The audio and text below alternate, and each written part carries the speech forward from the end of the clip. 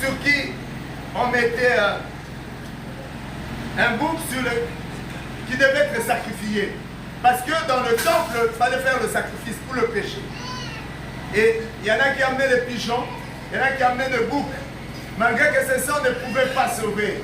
Alléluia. Ils amenaient leur bouc, ils amenaient leurs pigeons pour le sacrifice. Mais il y avait un autre bouc qui était envoyé dans le désert. C'est ce qu'on appelait le bouc émissaire. C'est ce qu'on appelait Azazel. Azazel, c'est le bouc qu'on envoyait dans le désert. On priait pour lui. Le souverain sacrificateur mettait ses mains sur ses boucs et on récitait tous les péchés du peuple.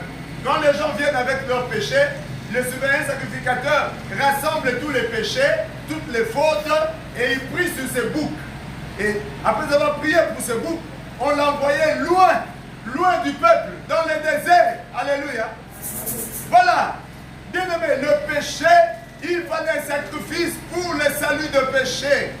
Mais aussi, Dieu voulait que le péché puisse s'éloigner de son peuple.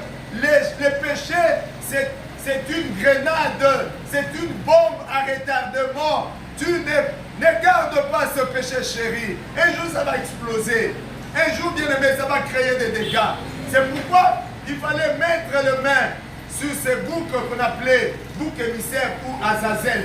On priait, les souverains sacrificateurs priaient pour ce bouc. Ils priaient pour ses péchés, pour les péchés du peuple. Et on envoyait très loin, vivant, on l'envoyait très loin dans le désert pour emporter le péché du peuple. Alléluia. Mais il y avait un autre bouc qui était dans le temple, qui servait pour le sacrifice. On l'égorgeait. Il y avait un autel des holocaustes. On l'égorgeait, on prenait ce sang. C'est avec ce sang qu'on purifiait le service.